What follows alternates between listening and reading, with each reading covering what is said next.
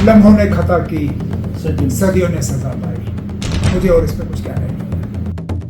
Election मांगना क्या जुर्म है? तो बाकी सीटों, बाकी रियासतों में भी इलेक्शन मत कराइए। जब उसने कहा कि हम दोस्त बदल सकते हैं, पड़ोसी नहीं बदल सकते, किसने किया ये? तो मैं किस बात के लिए पूछता हूँ? अगर उस वक्त मैंने उस बीजेपी के साथ हाथ मिलाया होता जिसने जम्मू कश्मीर का ये हाल किया, मैं उसके लिए पछताता। ये नहीं होता। अच्छे वक्त भी नहीं रहते, बुरे वक्त भी नहीं रहते। 370, चलो जिस हालात में 370 था चला गया। अब क्या पता सुप्रीम कोर्ट से हमें क्या मिलेगा। उम्मीद रखिए ना, उम्मीद पे दुनिया का है। तभी तो इतने साल KNS यहाँ नंबर 1 एजेंसी के तौर पर रही है। आप लोगों के सवाल करते हो और मैं मानता हूँ ये लोगों का सवाल है। बेहतरीन से बेहतरीन वकीलों का हमने बंदोबस्त किया ये केस लड़ने के लिए, और लड़ेंगे, पूरे दम से लड़ेंगे। तो आज हिम्मत है गवर्नमेंट के खिलाफ बात करने की? मुझे एक कार्टून दिखाइए ना बशीर अहमद बशीर साहब की, जिसमें उन्होंने गवर्नमेंट का कार्टून बनाया। एक कार्टून लेफ्टिनेंट गवर्नर साहब का बना, रोज कार्टून फारूक अब्दुल्ला साहब का होता है, महबूबा मुफ्ती का होता है, मेरा होता है, किसी आम आदमी का होता है। मुझे एक कार्टून दिखाइए ना जो बशीर अहमद बशीर साहब ने लेफ्टिनेंट गवर्नर साहब का बनाया। एक कार्टून नजर नहीं आएगा। ये आज ये असलियत है। नाजरीन आदाब, आज जिस शख्सियत से आज हम रूबरू हो रहे हैं वो किसी तारुफ के मोहताज नहीं है, जिनकी रियासती सतह की सियासत के साथ साथ मुल्क की सियासत पर भी गहरी नज़र है, जो मरकज़ में भी वज़ीर रह चुके हैं और रियासत जम्मू कश्मीर के वज़ीर आला भी रहे हैं। मुराद उमर अब्दुल्ला साहब।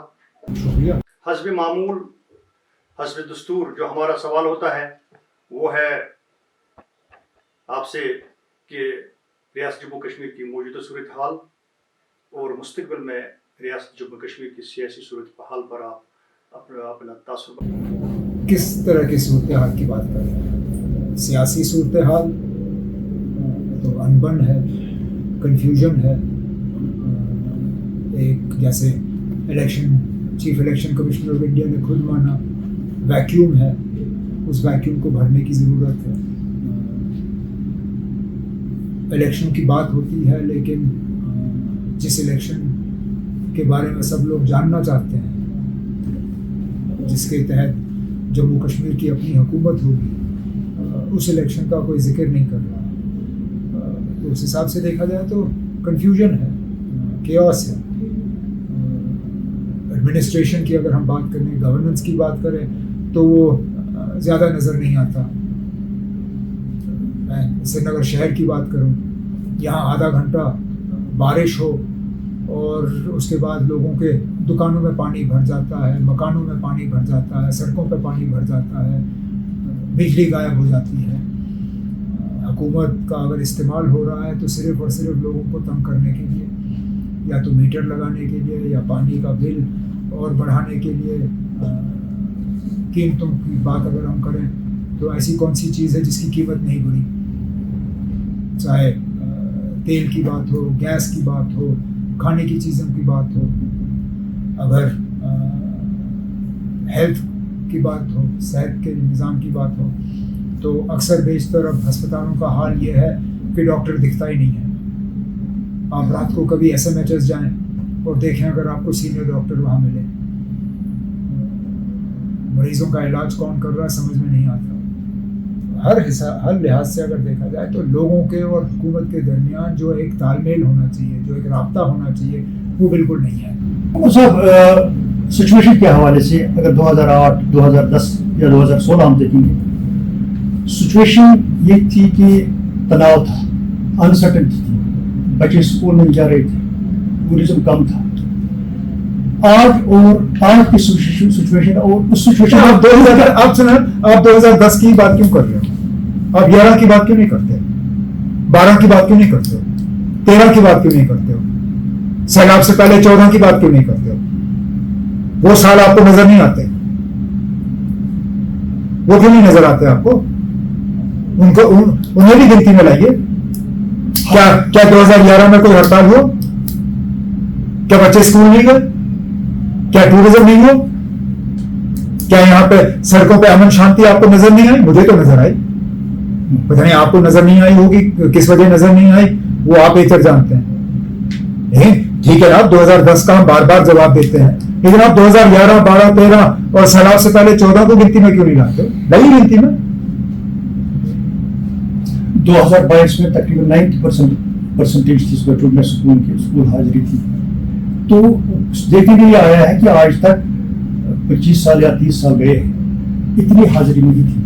मैं कह नहीं सकता ना कि सरकारी स्कूल हैं, कहाँ से इन्होंने नंबर लाए, किस तरह से दिखाते हैं, मैं कह नहीं सकता ना। तो ये सरकारी टीचरों को उस वक्त कहना होगा ना कि उस वक्त इनको ये बच्चे स्कूल क्यों नहीं आ रहे थे, क्योंकि हालात तो ठीक थे। बच्चे स्कूल क्यों नहीं आ रहे थे या ये नंबर दिखाए क्यों नहीं जा रहे थे, ये मैं कह नहीं सकता। अच्छा, ये जो हड़ताल का वक्त थी, मामूली जो दिल्ली से कोई आता था या हड़ताल हो जाता था, पूरा तनाव होता था, पूरा शटडाउन होता था। आजकल भी आप लोग भी ना हड़ताल की कॉल छापते कहाँ हो? आपको कौन सी इजाजत है हड़ताल की कॉल छापने की? मैं तो कहता हूँ शायद आपको ये जवाब भी इस्तेमाल करने की इजाजत नहीं होगी। मैं दावे से आपसे कहता हूँ आज आप केएनएस वालों को, अगर कल हड़ताल की कॉल होगी और आप छापोगे, गिरफ्तार हो जाओगे ना, अब आपका अता पता नहीं मिलेगा।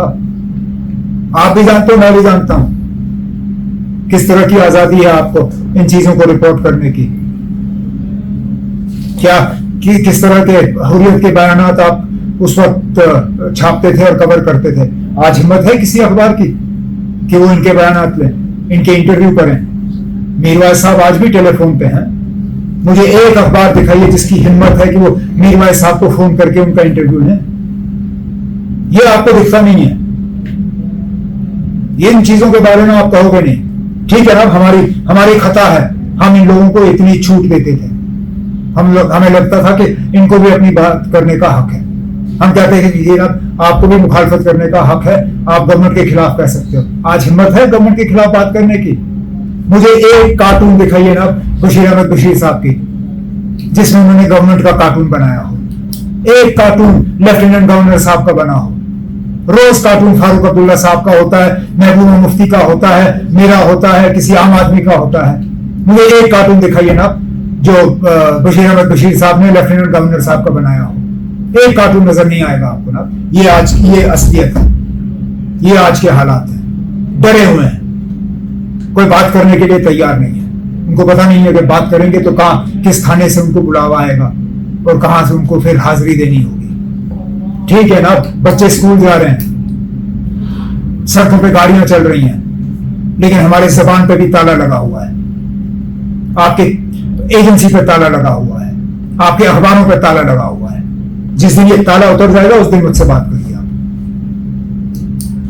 ग्रिप की बात है, ये कह रहे हैं कि शायद आज ग्रिप है, उस वक्त ग्रिप नहीं थी, यही वजह है। ग्रिप नहीं ना, जमहूरियत, ग्रिप नहीं, बोलने की छूट। हम मानते थे कि ठीक है ना, जो बात कही जाएगी हमारे खिलाफ होगी, लेकिन हम तब भी खुली छूट देते थे। उस वक्त एज चीफ मिनिस्टर जब मेरे कार्टून बनते थे, मैं फोन उठा के उनको धमकाया नहीं करता था। आपने पता नहीं मेरी हुकूमत के खिलाफ कितनी स्टोरियां की होंगी। आपको याद है 6 साल में मैंने कभी आपको फोन करके किसी से आपसे कहा होगा कि ये क्यों कहा, कैसे किया, कहीं आपकी हाजिरी लगवाई? वो ग्रिप नहीं। आप ग्रिप तो सबके पास होता है, जमहूरियत भी एक चीज है। हुकूमत की कहीं ना कहीं मुखालफत भी होनी चाहिए, तभी तो हम इस हालात में हैं। कोई अकाउंटेबिलिटी नहीं है सिस्टम में, क्योंकि कोई हुकूमत की मुखालफत करने के लिए तैयार नहीं। बड़े बड़े अखबार जो हमारे खिलाफ पूरा पेज इस्तेमाल करते थे हुकूमत को वहां लाइन हाजिर करने के लिए, आज तो उन पे अगर आप उस अखबार के फ्रंट पेज के 4 हिस्से बनाए, 3 हिस्सों पे तो इश्तिहार है गवर्नमेंट के, चौथे हिस्से पे कहीं हेडलाइन पे गवर्नमेंट की कारकर्दगी होगी, 5वां आपको खबर वहां मिलेगा नहीं। अब ग्रिप वाली बात नहीं है ना। अब ग्रिप जमाना तो सब जानते हैं। लोगों को सांस लेने के लिए भी जगह होनी चाहिए ना। आप नहीं मानते बीजेपी के मैनिफेस्टो में था एब्रोगेशन ऑफ आर्टिकल 370? उन्होंने किया ना, मुझे पॉलिटिकली कोई एतराज नहीं है, उनका हक था ना, उन्होंने इस मुद्दे पे इलेक्शन लड़ा, उन्होंने किया। मेरी पॉलिटिकली उनसे ये नहीं है गिला, मेरा गिला ये है कि जो उन्होंने किया गैर आईनी तौर किया, गैर कानूनी तौर किया। पॉलिटिकली मैं मानता हूं, पॉलिटिकली जो उन्होंने किया अपने हिसाब से सही किया।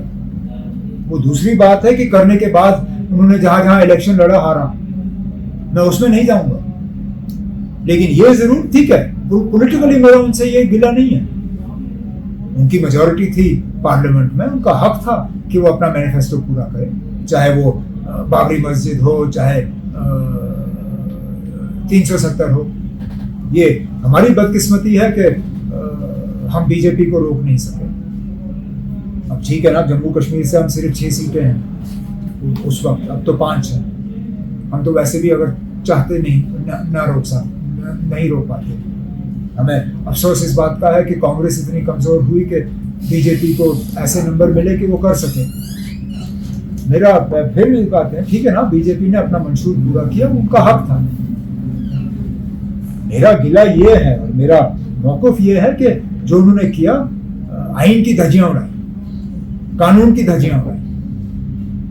गवर्नर साहब ने अपने आप को असेंबली के पावर दिए, असेंबली के पावर लेने के बाद उसने कहा कि मैं कॉन्स्टिट्यूएंट असेंबली, और बिल पास करवाया पार्लियामेंट से।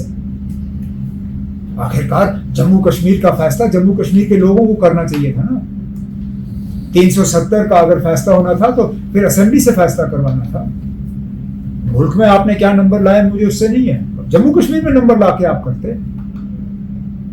पार्लियामेंट को कहां से इख्तियार दिया आपने ये सारा बदलाव करने का? आप 370 पढ़िए ना, उसको तब्दील करने, उसको बिल्कुल साफ लिखा है उसमें किस तरह किया जा सकता है। अब गवर्नर साहब ने कहा अपने आप को असेंबली के पावर, फिर कॉन्स्टिट्यूएंट असेंबली के पावर दिए, वही तो हमारा झगड़ा है सुप्रीम कोर्ट में। एक तजुर्बा जो लोगों का सवाल है वो ये है कि आज तक हम अंदरूनी खुदमुख्तारी की बात कर रहे थे या हमें वो स्टेटस दिया जाए। अब आर्टिकल 370 भी गया, 335A भी गया, ये सुई लग रहा है कि वापस आने वाली, जिस तरह हमने देखने में 70 साल। अब आप हार मान सकते हो, मैं हार मानने के लिए तैयार नहीं हूँ। यहाँ की पॉलिटिकल पार्टियाँ, बहुत सारे लोग बोल रहे हो, ठीक है ना, हक है उनको बोलने का, उनको हक है बोलने का। वो कह रहे हैं कि ये धोखा, अगर उमर साहब ये कहेगा ये मैं ला कर ये धोखा है। देखिए ना, केस सुप्रीम कोर्ट के सामने है, मैं क्यों हाथ ऊपर करूं? अरे ये कहाँ की बहादुरी है, ये कहाँ का लीडरशिप है, ये कहाँ की अक्लमंदी है कि मेरा केस सुप्रीम कोर्ट के सामने है और फैसले से पहले ही मैं कहूं ना मैं बेवकूफ हूं, मैं पागल हूं, मैं पता नहीं ये गलत बात क्यों कर रहा हूं। जब मैं आपसे कह रहा हूं कि मान के चल रहा हूं कि मैं सुप्रीम कोर्ट से इंसाफ हासिल करने की उम्मीद लगाए बैठा हूं। मैं थोड़ी ना कह रहा हूं कि कोई बाहर के मुल्क का लीडर आके मुझे ये दिलवा देगा, वो नहीं कह रहा हूं मैं। क्या मैं कह रहा हूं कि अमेरिका के दबाव से होगा? नहीं। क्या मैं कह रहा हूं किसी और मुल्क के दबाव से होगा? बिल्कुल नहीं। मैं तो कहता हूं उनका कोई इसमें दखल देने का तो कोई सवाल ही पैदा नहीं होता। ये हमारा अंदरूनी मामला है, ये हमारी अंदरूनी लड़ाई है, झगड़ा है मरकज के साथ। इसमें किसी और का रोल तो बनता नहीं है, चाहे वो पाकिस्तान हो, चीन हो, रूस हो, अमेरिका हो, कोई भी हो। हम आपके अंदरूनी मामलों में दखल नहीं देते, आप हमारे अंदरूनी मामलों में दखल मत दो। ये हमारे आपस की बातचीत है, हम करते रहेंगे।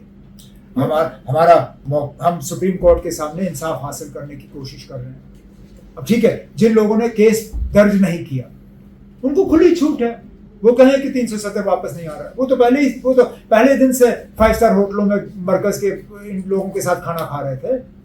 जब हम लोग जेलों में बंद थे, ये कहाँ थे? ये तो 5 स्टार होटलों में खाना खा रहे थे। इनको यहाँ टूर गाइड की तरह इस्तेमाल किया गया। मैं हरि निवास में बंद था जब मैं इनकी गाड़ियों को वहां ललित होटल जाते हुए देखता था। इनको उस वक्त कागज की पर्ची थमाई जाती थी, उनको कहा जाता था ये पढ़ो वहां एम्बेसडरों के सामने, और वो EU के जो MP आए। इनसे क्या उम्मीद करोगे कि ये लड़ेंगे वहां पर? वो तो जब हम बंद थे इन्होंने अपने हाथ ऊपर तब किए थे। तो आपने अभी बात की है कि इलेक्शन कमीशन की, तो इलेक्शन कमीशन ने कल कहा बी आर शर्मा साहब ने कि ये जो अब पंचायत इलेक्शन का ड्यू हो गया है, तो अब असेंबली का क्यों नहीं होगा? आप किस चीज़ से डर रहे हैं? किस चीज़ से? कौन डर रहा है? डर रहे हो नहीं तो क्या? बीजेपी वाले इनको इलेक्शन करने नहीं दे रहे, ये लोगों का सामना करना नहीं चाहते, ये चाहते नहीं है क्योंकि बीजेपी वालों को पता है कि इनको सीटें मिलनी नहीं है। ये नॉमिनेशन के जरिए जो है अपनी सीटों की तादाद बढ़ाने की कोशिश कर रहे हैं। जहाँ पे पहले 2 सीटें रिजर्व थी लेडीज के लिए, औरतों खवातीनों के लिए, और वो भी हुकूमत की तरफ से उनकी नॉमिनेशन होती थी, गवर्नमेंट इलेक्ट होता था, फिर इलेक्टेड गवर्नमेंट गवर्नर साहब को रेकमेंड करते थे और वहाँ से फिर नॉमिनेशन हो जाता था। अब इन्होंने 3 और बढ़ाई हैं और कहा है कि एलजी साहब इनको भरेंगे। मतलब ये है कि इलेक्शन कंप्लीट होने से पहले ही बीजेपी वाले जो हैं अपना नंबर बढ़ाने की कोशिश कर रहे हैं, क्योंकि उनको पता है कि वोट के जरिए जो है उनको सीटें मिलनी नहीं है। अगर उनको ज़रा सा भी कॉन्फिडेंस होता, तो उनको ज़रा सा भी भरोसा होता कि वो इलेक्शन में अच्छे खासे नंबर के साथ जीत जाते, तो यहाँ तो कब के इलेक्शन हो गए होते हैं। तो बीजेपी वालों का मानना कि इनको अमन शांति, बच्चों का स्कूल जाना, ये रास नहीं आ रहा है इन लोगों को, ये वजह है कि ये इस किस्म के बयान दे रहे हैं। हालांकि इस वक्त अमन है, इस वक्त किस किस्म के बयान? इलेक्शन मांगना क्या जुर्म है? तो बाकी रियासतों में भी इलेक्शन मत कराइए, क्यों करा रहे हो? छत्तीसगढ़ में भी मैं मानता हूं कि अमन होगा, बच्चे स्कूल जा रहे होंगे, सड़कों पर ट्रैफिक होगा। आप छत्तीसगढ़ में इलेक्शन मत कराओ। आप तेलंगाना में इलेक्शन करा रहे हो, क्या वहां बच्चे स्कूल नहीं जाते? वहां हालात ठीक नहीं है? क्या वहां पे डेवलपमेंट नहीं है? तो क्यों इलेक्शन करा रहे हो? फिर तेलंगाना में भी मत इलेक्शन कराओ। आखिरकार जम्मू कश्मीर में ये हमें क्यों कहते हैं कि यहाँ अमन है तो इलेक्शन की जरूरत नहीं है? बाकी मुल्क में भी फिर अमन होगा तो मत कराओ इलेक्शन ना कहीं पर भी। सिर्फ जम्मू कश्मीर में आप लोगों को क्यों कह रहे हो कि उनको हक नहीं है? उमर साहब, बीजेपी का ये भी एक इल्ज़ाम है कि 3 खानदानों ने तबाही मचा दी है, उसमें आपका भी नाम आ रहा है कि इन्होंने आज तक ये जो आप अमन देख रहे हैं, या खुशहाली देख रहे हैं, टूरिज्म देख रहे हैं, वो देख रहे हैं, ये देख रहे हैं। देखना, बीजेपी की पुरानी आदत है, उनको वैसे भी इस मुल्क में 2014 से पहले कुछ दिखता नहीं। मैं मुल्क की बात कर रहा हूं, मैं जम्मू कश्मीर की बात ही नहीं कर रहा हूं। उनको कहां दिखता है कि इस मुल्क में कुछ बना 2014 से पहले? वो तो पहले ही दिन से कहते हैं कि ना पंडित नेहरू ने कुछ नहीं किया, इंदिरा गांधी ने कुछ नहीं किया, राजीव गांधी ने कुछ नहीं किया, नरसिम्हा राव को थोड़ा सा वो घास डालते हैं, बाकियों को तो पूछते ही नहीं है। उन्होंने पहले दिन से कहा कि 2009 से पहले कुछ नहीं था। वज़ीर आज़म साहब खुद कहते थे कि उनके प्राइम मिनिस्टर बनने से पहले तो लोग शर्मिंदा होते थे हिंदुस्तान का पासपोर्ट पकड़ने पर। तो ये तो मुल्क का हाल है, तो जम्मू कश्मीर का हाल क्यों अलग होगा? वो सब आप ठीक है, हमने कुछ नहीं किया, 1 मिनट के लिए मान के चले हमने कुछ नहीं किया। इन्होंने क्या बनाया? 5 साल हो गए ना गवर्नर रूल को, मुझे कुछ नया दिखाओ, कुछ नया दिखाओ ना, मुझे दिखाओ नया कुछ जो बना हो। कोई नया होटल, कोई नई फैक्ट्री, कोई नया इंफ्रास्ट्रक्चर। बेरोजगारी का हाल पार्लियामेंट के जवाब से देखिए। मुल्क का एवरेज अनएम्प्लॉयमेंट 8%, हमारा कितना? उससे 3 गुना ज्यादा। तो कहां है वो रोजगार के ऑर्डर? ठीक है, मैं मानता हूं हम बिल्कुल कसूरवार, हमने कुछ होने नहीं दिया जम्मू कश्मीर में। आप लोगों ने क्या किया? क्या किया? क्या बना नया? उमर साहब, आपको पछतावा है जब आप भी मिनिस्टर थे बीजेपी? किस बात का पछतावा? मतलब जो इस वक्त क्यों बीजेपी और जिस तरीके से लग रहा है बीजेपी के खिलाफ, क्या वाजपेयी साहब ने जम्मू कश्मीर के साथ कोई गलत किया? गलत क्या? श्रीनगर मुजफ्फराबाद का रास्ता किसने खोला? अटल बिहारी वाजपेयी ने। कश्मीरियत, जमहूरियत, इंसानियत किसने बात की? अटल बिहारी वाजपेयी ने। पाकिस्तान की तरफ दोस्ती का हाथ बढ़ाने का काम किसने किया? अटल बिहारी वाजपेयी ने।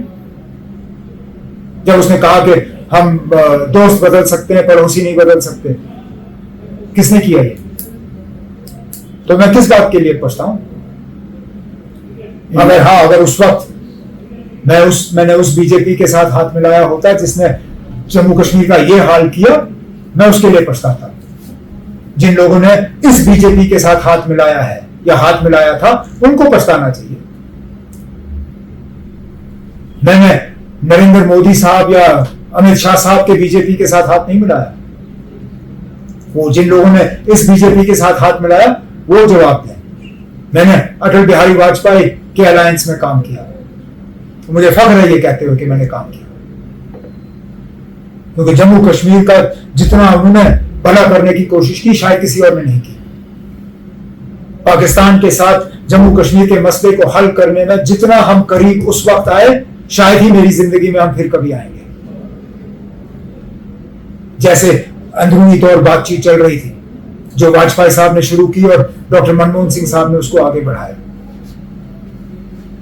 मुझे कोई पछतावा नहीं है ना, मैं फख्र से कहता हूं कि मैंने उस एनडीए में काम किया जिस एनडीए ने जम्मू कश्मीर के लिए इतना सारा किया। और सब अगर मुस्तकबिल में ऐसा हुआ कि जम्मू में फुल मेजॉरिटी बीजेपी को आ गई, नहीं आने देंगे, यहाँ नेशनल नहीं आने देंगे ना हम। नहीं, मैं कह रहा हूँ कि अगर हम आने नहीं देंगे। अगर आ गई कैसे? अगर क्यों? अगर आपको लगता है कि अगर इनको फुल मेजॉरिटी आनी थी, ये इलेक्शन से भागते इस तरह? इनको पता है इनको फुल मेजॉरिटी नहीं आनी है ना। वो सब एक सवाल है। तभी मैं बैठती हूँ ना, मैं पहले आपके सवाल का जवाब दूं। इनको पता है इनको फुल मेजॉरिटी नहीं आनी है, इसलिए तो ये इलेक्शन नहीं करा रहे। आप पता नहीं कहां से इनको फुल मेजॉरिटी दे रहे हो, अपने आप को फुल मेजॉरिटी नहीं दे रहे हैं। हम कह रहे हैं कि हो सकता है, ये बोला हो ही नहीं सकता। मैं आपसे कह रहा हूं हो नहीं सकता। मैं आपसे कह रहा हूं, अंदरूनी तौर बीजेपी वालों को पता है कि वो 10 का नंबर पार नहीं करेंगे। आज 10 सीटें उनकी नहीं आएंगी। बाकी ये नॉमिनेशन के जरिए ये कितनी और सीटें बढ़ाएंगे वो दूसरी बात। बेसिक लीडर अब चीफ मिनिस्टर भी रह चुके हैं, जो 2014 का मुफ्ती मोहम्मद सईद ने जिस तरह फुल मेजॉरिटी, ये सवाल किया गया उनसे कि जम्मू और आपने ही यहाँ बीजेपी बनाया, अगर आप अलायंस नहीं करते शायद ये क्वेश्चन नहीं होती। क्या आपको लग रहा है कि वो सियासी तो बहुत गलती, लम्हों ने खता की, सदियों ने सजा पाई? मुझे और इस पर कुछ कहना नहीं है। हुआ क्या, मजबूरी थी, क्या हालात थे, वो अब इस दुनिया में रहे नहीं। मगर मेरी आदत नहीं है दूसरों की तरह। मगर मासूम लोगों के ये सदियों की सजा आपने कहा, मासूम लोग थे। इसमें कौन है जो मतलब जो इससे जिसको इसका असर नहीं हुआ है? मासूम, यहाँ तो सब मासूम है। कौन है जिसका इन हालात जिनके ऊपर इन हालातों का असर नहीं हुआ? अब क्या करें? मैं इसलिए कहता हूं ना, हमें किए से सबक सीखना चाहिए कि दोबारा इस तरह ना हो। जो हुआ उसको बदलाया नहीं जा सकता। जो भी हुआ,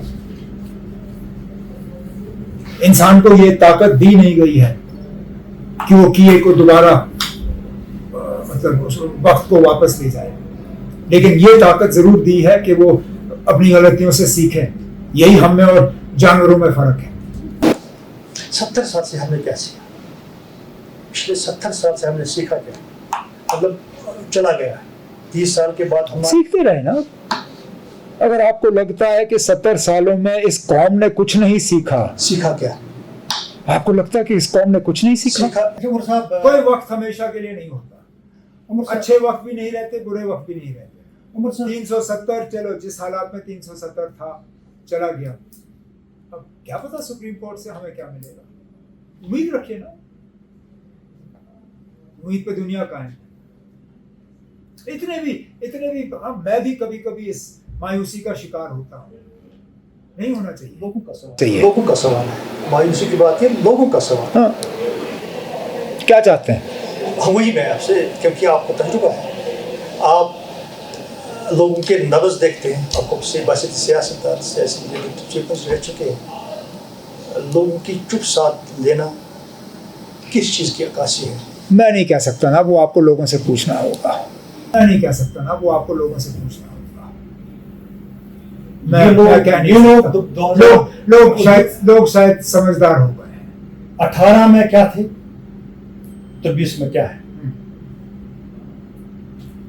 आपने कहा ना इस कौम ने कुछ नहीं सीखा, शायद यही सीखा, सब्र करना।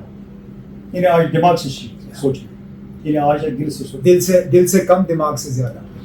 शायद लोगों ने सीखा कि उनके जज्बातों के साथ खिलवाड़ हुआ है, उनके जज्बातों को इस्तेमाल किया गया, उन्हें उकसाया गया और उसके बाद फिर उनको बुलाया गया।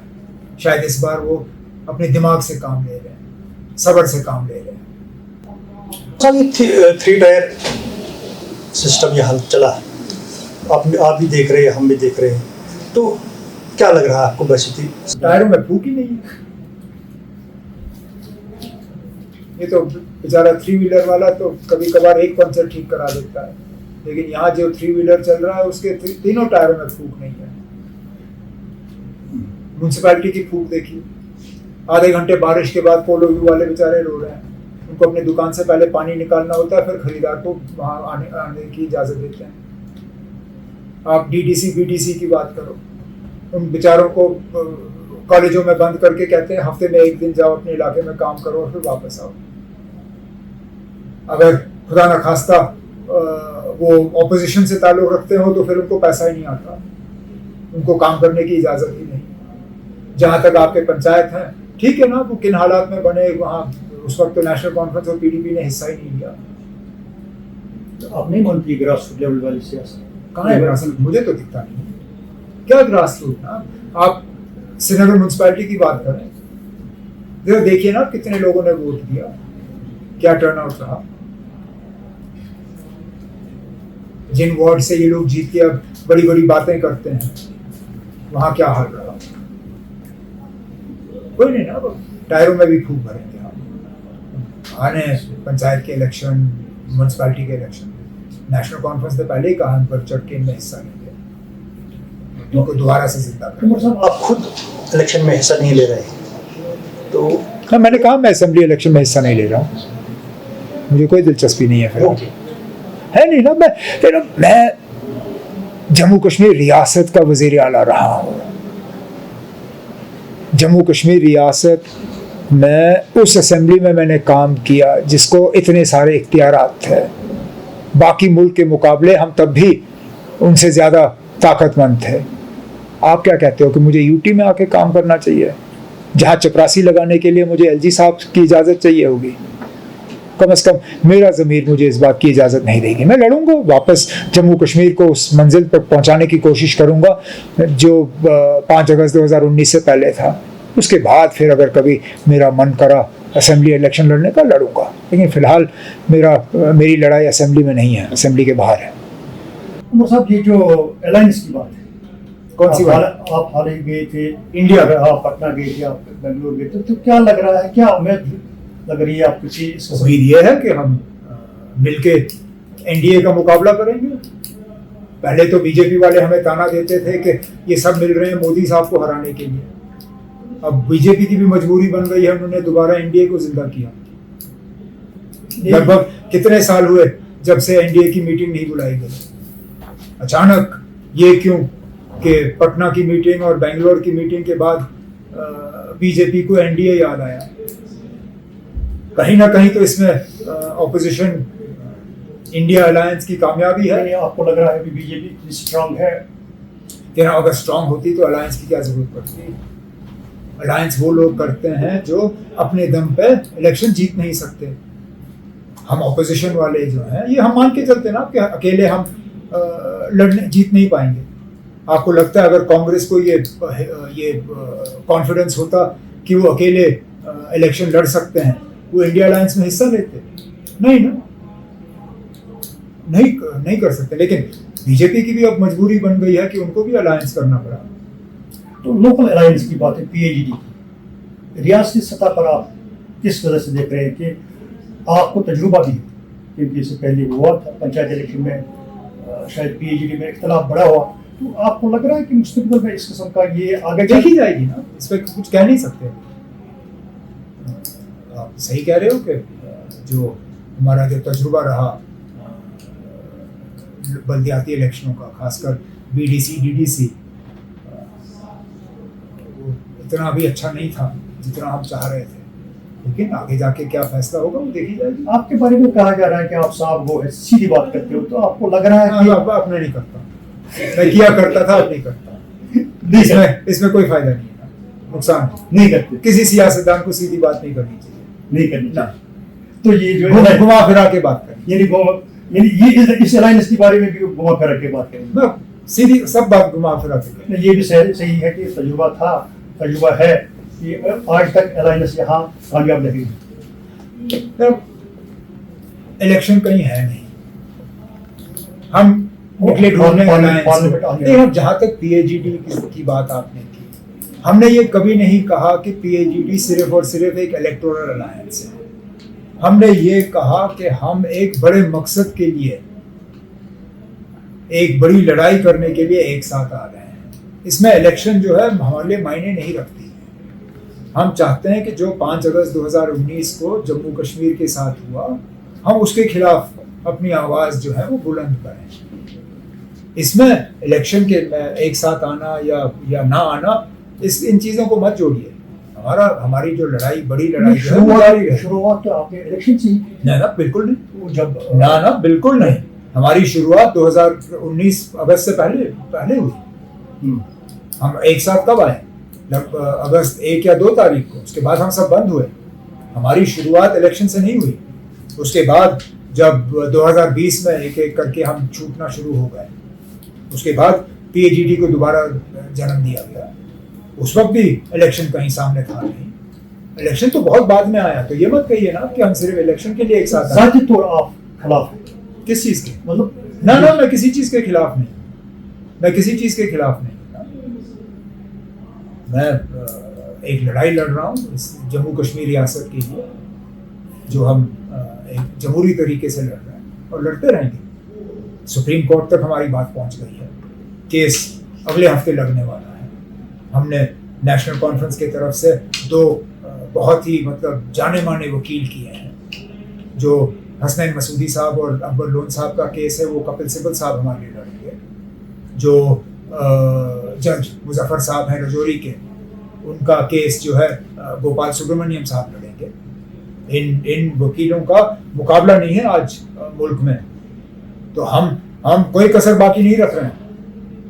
हम बिल्कुल मतलब जैसे क्रिकेट में कहते हैं ना, फ्रंट फुट पे आके हम कोई डिफेंस नहीं कर रहे हैं, हम ऑफेंस पे उतरे हैं। जितना हमसे हो सका, मतलब जहाँ तक वकीलों की बात है, हमने की। सबसे बेहतरीन से बेहतरीन वकीलों का हमने बंदोबस्त किया ये केस लड़ने के लिए, और लड़ेंगे, पूरे दम से लड़ेंगे। तो आज तक आप ये कहा जुडिशरी भी BJP के दस्तरस में है। मैंने कभी नहीं कहा। शायद ही आपको कहीं मेरा ये बयान मिलेगा जहां मैंने जुडिशरी के खिलाफ आपको इल्जाम।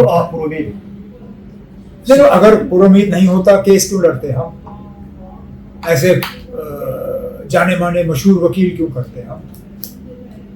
फिर लाते किसी को, वकील को जिसका कोई अता पता नहीं।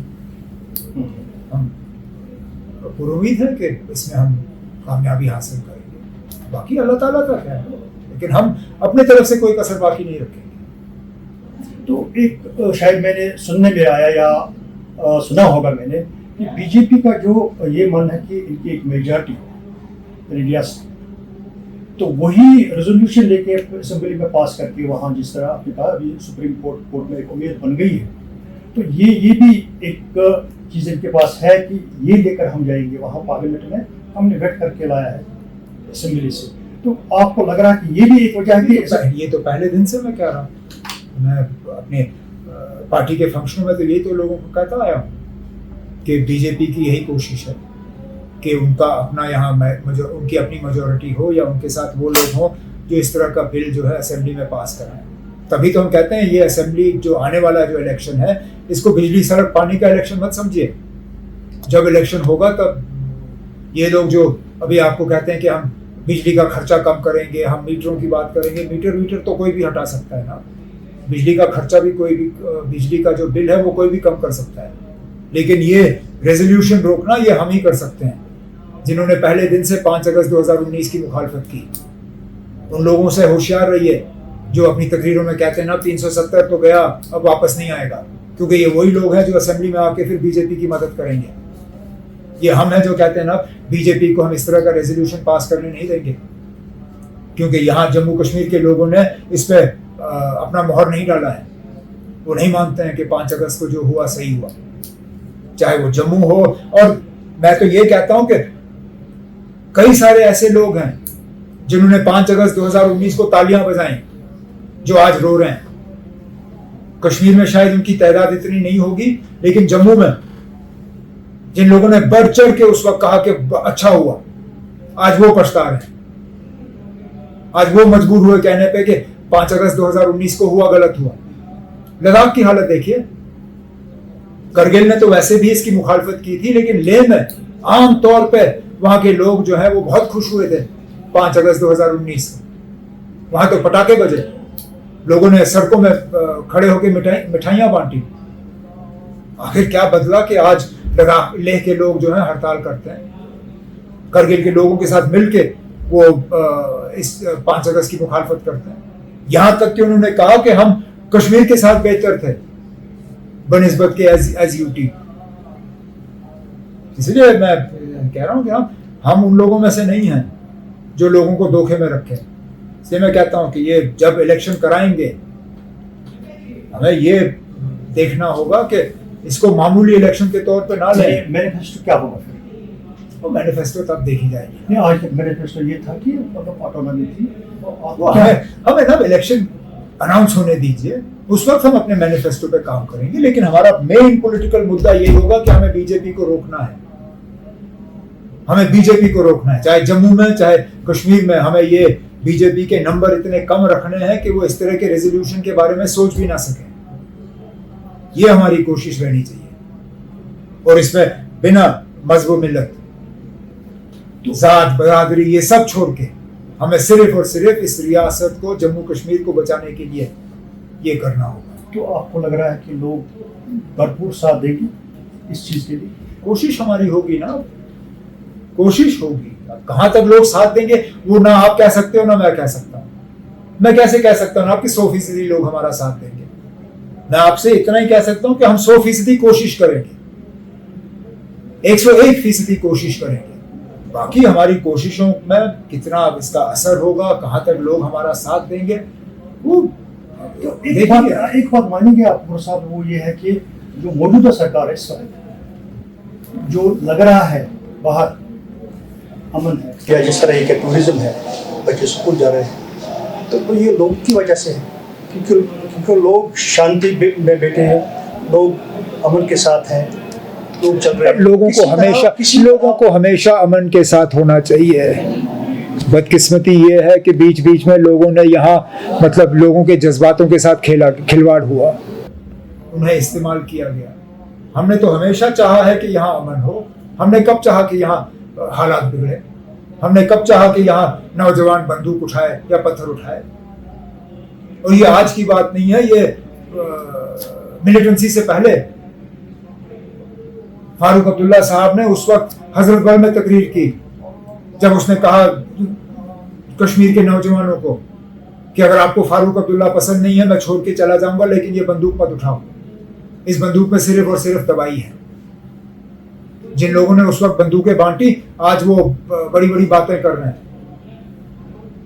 बड़े बड़े इंटरव्यू दे रहे हैं, लेकिन बंदूक लाए तो उन्होंने, बांटे उन्होंने, यहाँ के नौजवानों को मिलिटेंट उन्होंने बनाए। तो जो आपको नहीं लग रहा कि इसमें कांग्रेस, जिस तरह आपने कहा कि यह कई कश्मीर के साथ या लोग मासूम आवाम के साथ इस्तेसाल हुआ है, क्या ये नहीं लग रहा कांग्रेस भी इसमें एक इनका भी हिस्ट्री कौन इनकार कर सकता है कि कांग्रेस की हिस्ट्री रही है? कौन कह सकता है ना कि कांग्रेस ने 53 में नहीं किया, 84 में किया। आजाद साहब के हवाले से एक सवाल है ये चाहे पीर पंचार हो, चाहे चिनाब वैली हो, चाहे कश्मीर हो, जिस तरह आपने कहा कि फुल मेजॉरिटी की बात आपने की अभी, क्या आपको लग रहा है कहीं ना कहीं आज़ाद साहब का रोल होगा उसमें? ये आज़ाद साहब ही बता सकते हैं कि उनका रोल क्या होगा। ये आज़ाद साहब किस तरह का रोल अदा करना चाहेंगे, किस तरह का रोल अदा करेंगे, ये मैं कह नहीं सकता हूँ। ना मेरी जगह है कि मैं उनको किसी तरह का मशवरा दूँ। आज़ाद साहब मुझसे उम्र में काफ़ी ज़्यादा आगे हैं, तजुर्बे में भी मुझसे आगे हैं। ये भी लोगों का सवाल है क्या? ये जो आपके तो सारे सवाल लोगों के सवाल हैं। ये लोगों के सवाल तभी तो इतने साल KNS यहाँ नंबर 1 एजेंसी के तौर पर रही है। आप लोगों के सवाल करते हो और मैं मानता हूँ ये लोगों का सवाल है कि ये मेरा भी सवाल है कि आज़ाद साहब का क्या रोल रहेगा। लेकिन आज़ाद साहब का क्या रोल रहेगा ये सिर्फ और सिर्फ आज़ाद साहब इसका जवाब दे सकते हैं। पॉलिटिकली जो लग रहा है, जिस हिसाब से आज़ाद साहब आए, वही क्या होगा। वो एक तरफ हम कह रहे हैं कि कहीं ना कहीं ऐसा हो कि एक ही साइड हो, फैसला एक ही साइड हो, तो आज़ाद साहब का बीच में आना, तो वही ये लोग सियासी तौर बहुत क्लियर है। मैं आज़ाद साहब के इरादों पे कोई मतलब सवाल करना नहीं चाहता हूँ। वो किस तरह का रोल अदा करेंगे वो आज़ाद साहब बेहतर जानते हैं। मेरा भरोसा आज़ाद साहब पे नहीं, जम्मू कश्मीर के लोगों पे है। साजिशें होंगी, उनको डिवाइड करने की कोशिश की जाएगी। लोगों का इसमें क्या रोल रहेगा, वोटर का क्या रोल रहेगा, उसके लिए हम इंतज़ार करेंगे। और सिविल कोड के बारे में आप चल रहा सुनने में ये भी आ रहा है कि 2024 के लिए, तो क्या लग रहा है? मैंने अभी तक यूनिफॉर्म सिविल कोड का एक भी मतलब प्रपोज़ल नहीं देखा है। मैंने सिर्फ इतना सुना है कि वज़ीर आज़म साहब ने अपने वो एक तकरीर के दौरान और शायद मन की बात के दौरान यूनिफॉर्म सिविल कोड की बात की। लेकिन ये किस तरह का यूनिफॉर्म सिविल कोड होगा, क्या प्रपोज किया जाएगा, पहले हम उसके लिए वेट करें। उसके बाद कहाँ तक हमें इसकी मुखालफत करनी होगी, कहाँ तक हमें इसके खिलाफ करना होगा, हम करेंगे। पहले तो आने दीजिए ना। लेकिन इतना मैं ज़रूर कहूँगा, जिस तरह की बातें चली कि इसमें जी फलाने को इससे बाहर रखा जाएगा, दूसरों को इससे बाहर रखा जाएगा, क्रिश्चियन इसमें शामिल नहीं होंगे, सिख इसमें शामिल नहीं होगा, नॉर्थ ईस्ट का ट्राइबल इसमें शामिल नहीं होगा, लद्दाख का बौद्ध इसमें शामिल नहीं होगा, तो फिर शामिल कौन होगा? अगर यूनिफॉर्म है तो फिर वो यूनिफॉर्म है ना।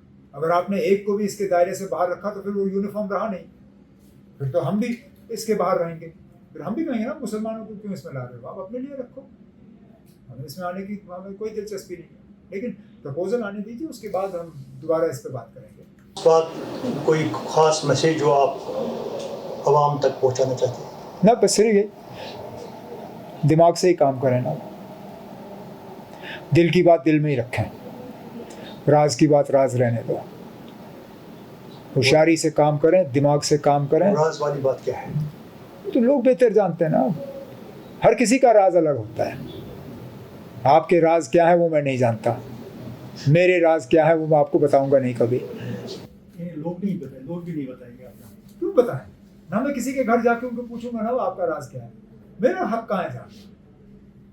राज की वही क्या, इसलिए तो कहते हैं ना, राज की बात राज रहने दो।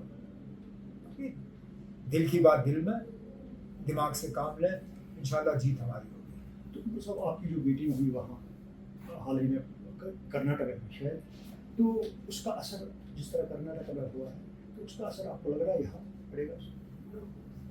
पहले जो 4 और रियासतों में इंतखाबात हुए हैं, 5 में 4 तो बड़े, एक नॉर्थ ईस्ट का छोटा, राजस्थान, छत्तीसगढ़, मध्य प्रदेश, तेलंगाना, पहले वहाँ असर होने दो। जम्मू कश्मीर तक हवा पहुँचने में तो टाइम लगता है, लेकिन ठीक है, 24 की तैयारी में पहले ये 4, उसके बाद बाकी। किसने रोका? किसने रोका ना? हमने क्या उनको हथकड़ियाँ पहनाई हैं?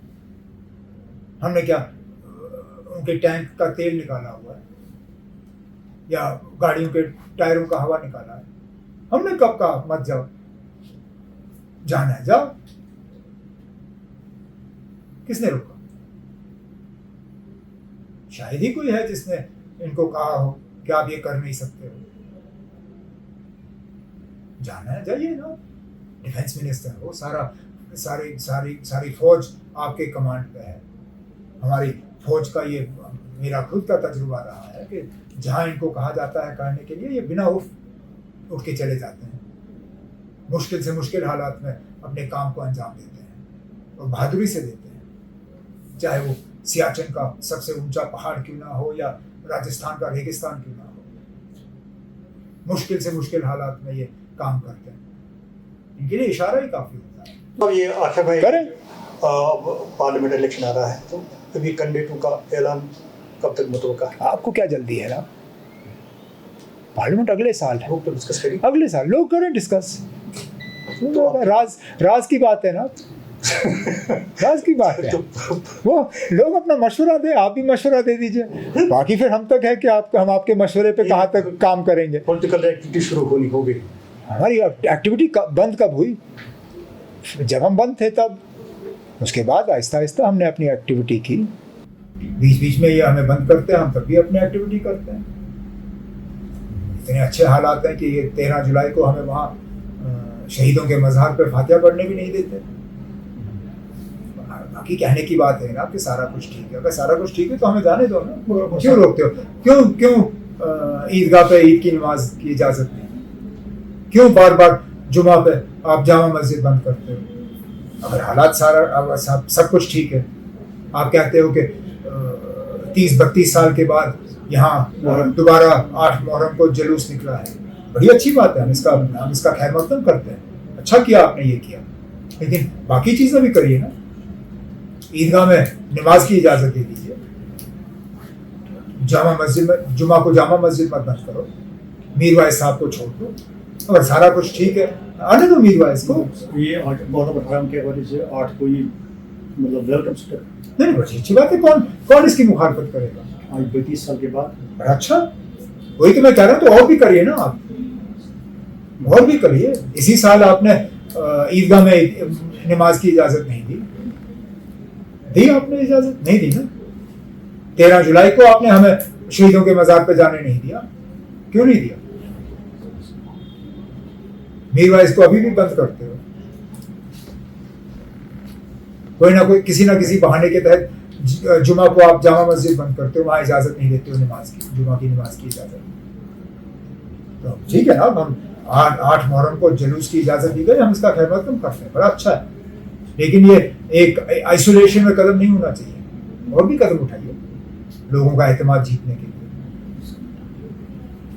दीजिए इजाजत, कहिए कि इसके बाद आप ईदगाह में ईद की नमाज पर रोक नहीं लगाओगे, कहिए कि इसके बाद आप जुमा के रोज जामा मस्जिद में जुमा की नमाज को रोकोगे नहीं, कहिए कि आप मीरवाइज को खुली छूट दोगे कि वो अपने मजहबी काम जो है वो दोबारा उसमें करें।